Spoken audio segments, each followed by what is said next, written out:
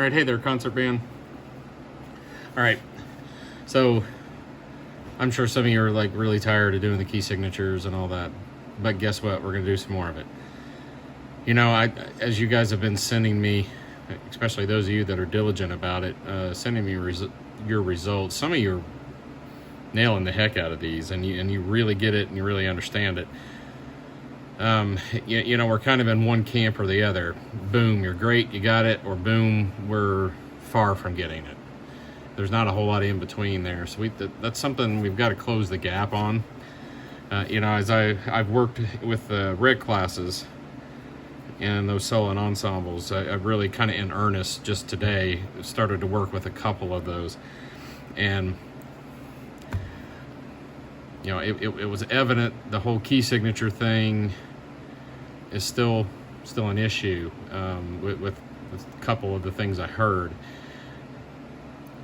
So we're going to keep drilling this thing, and you're going to just have to trust me that it really does make a huge difference in the ability for you to teach yourself when you get a piece of music. You know, whether that's a concert band piece or solo and ensemble piece or whatever piece. You don't need Mr. Belt telling you it's an E natural instead of an E flat because it's not in the key. So this is what we're going to continue to do on it. And like I said, for those of you that you're there, you're good. It's just more drill work, okay? So we're going to do some more of the musictheory.net. Just a side statement. I have all the red groups. We've got their music picked, we've got it copied, and they all have places to rehearse. Now I'm going to see the blue groups on Thursday and Friday, and that's a slightly bigger class than the red. But you know, the whole thing here, and I'm probably talking more at the blue folks right now because the red folks have heard this from me. You know, there's several reasons why I'm starting with solo and ensemble. One, I'm trying to break us out into groups that are small, and we're going to different locations, so it's safer. Solo and ensemble is great. When you're 1-2 apart, you know, it really makes you super responsible for that part. You don't have a neighbor to listen to or a neighbor to rely on. It's all on you. So blue folks will get the last bit of the solo and ensemble. I think there's a group or two still I need to find music on. But the goal of that is hey, if Mr. Belt's got to go on quarantine and he's going to be gone for 14 days, we go into this solo and ensemble mode. I'm going to stay on this for the rest of this week and next week, and if we're still doing great and we're on green status, then we're going to move into regular concert band at that point. So we can kind of have our feet in both camps of working on large group concert band music, and then we also have on the side some of these solo and ensembles that we're doing. So in an instant we can shift between one or the other. So it just gives us a lot of flexibility that way, just depending on our situation, both as a school, me as an individual, say I'm not there, or maybe we've got some people missing. It just gives us some choices. So hang in there. We're going to get the rest of the blue folks and get your ensembles going. Some of the hardest part is just kind of getting it started, especially the ensembles. And hopefully once you begin to get comfortable with your piece and all that, it'll begin to move a little faster. But it can be very, very slow at the start. So just hang in there, okay? All right, I'm going to flip the camera around, and I'm going to show you. There's a few areas that I want you to go on the musictheory.net, and you've done this. And you're going to screenshot your results to me, and if you would put it in one email, like there's 3 or 4 areas I want to see your results from. Don't send me 3 or 4 emails. Put that in one, please. Would greatly appreciate that. So let me flip the camera around. Okay, musictheory.net. There'll be a link in the Google slide. Okay. We have the blue area, the black area, and this kind of gray or black area. Key signature identification. Okay, the first thing we're going to do, and really you're going to set this to as you need it. So right now I'm going to put the grand staff just so you see them both on the video. However, you know, whatever your instrument is, treble clef or bass clef, you know, pick. Oh, hey, you can do both. Well, that's what I'll do. Okay. Now, I have all keys. You know, we don't play in these crazy keys down here. So if you're, you know, a ninth grader, and this thing that Mr. Belt has you doing right now is very, very new. Okay, take away some of these. Okay, that's just going to make your life extremely difficult and frustrating, and ultimately you may not learn anything. So let's get to these friendly kind of flat keys, say up to 4 flats, maybe a couple sharps, okay?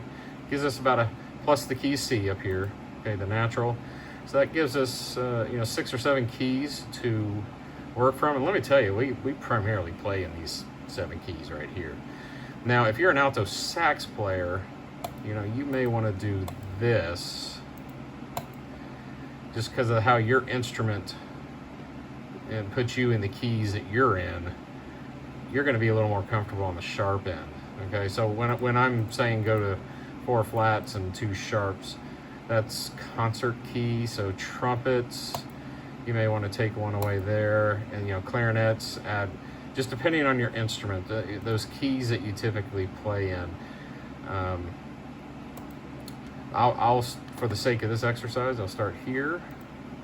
But you can make that, bottom line, I want you to learn something and memorize these keys. So don't try to do all 15 of them at once. Now, some of you are there, and you can, so go for it.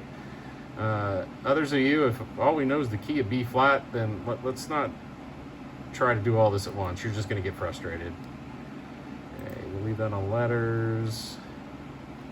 Okay, challenge mode on. We're going to go, I want you to go to, no, first of all, I want you to just practice.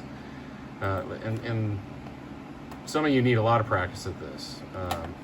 So just go, and, you know, I'll have the links that show the circle of fifths that you can use. You know, if you're really starting at the beginning, all this can be very, very slow at first. Okay, so it's going to show you the key. You know, obviously I have it doing both clefs.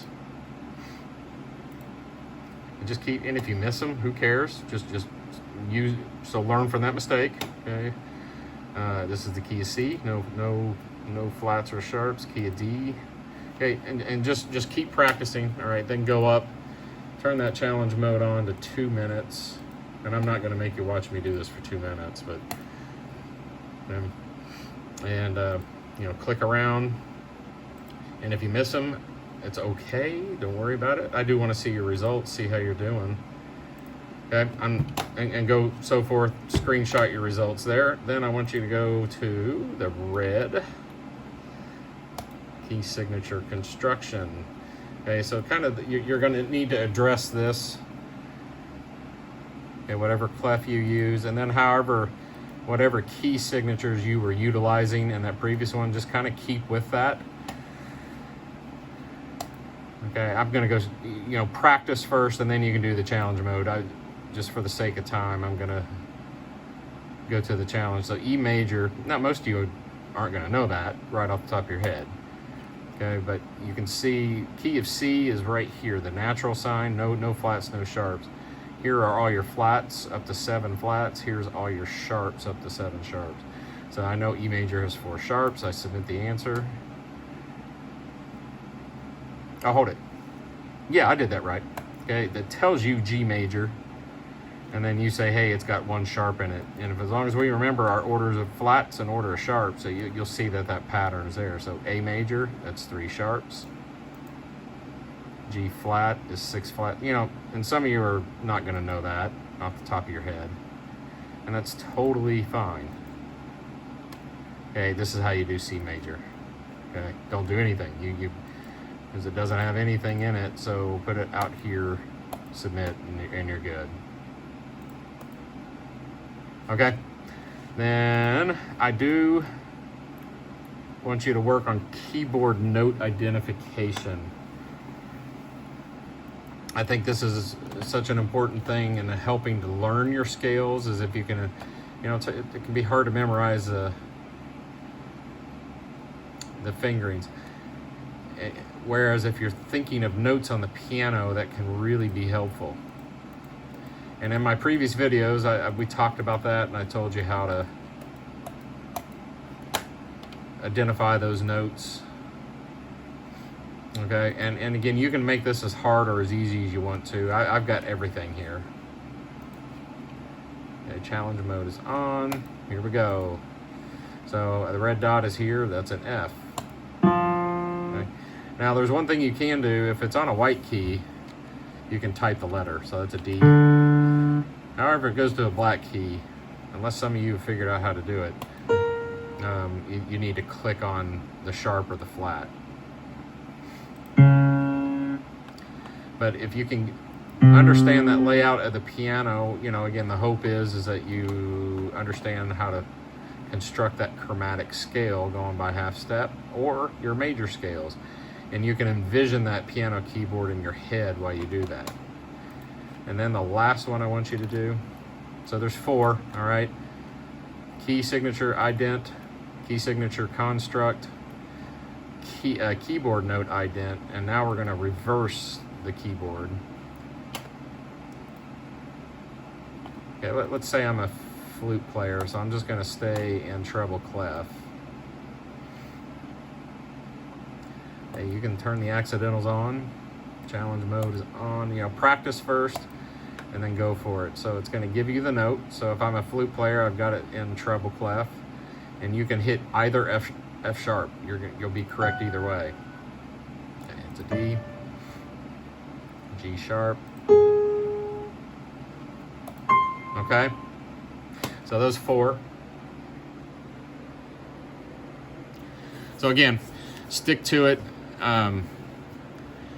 Yeah, for some of you, this is going to be super fast, and it's yet another review, but we've got to get everybody there. And when we get everybody there, it really will make a difference in the ensemble.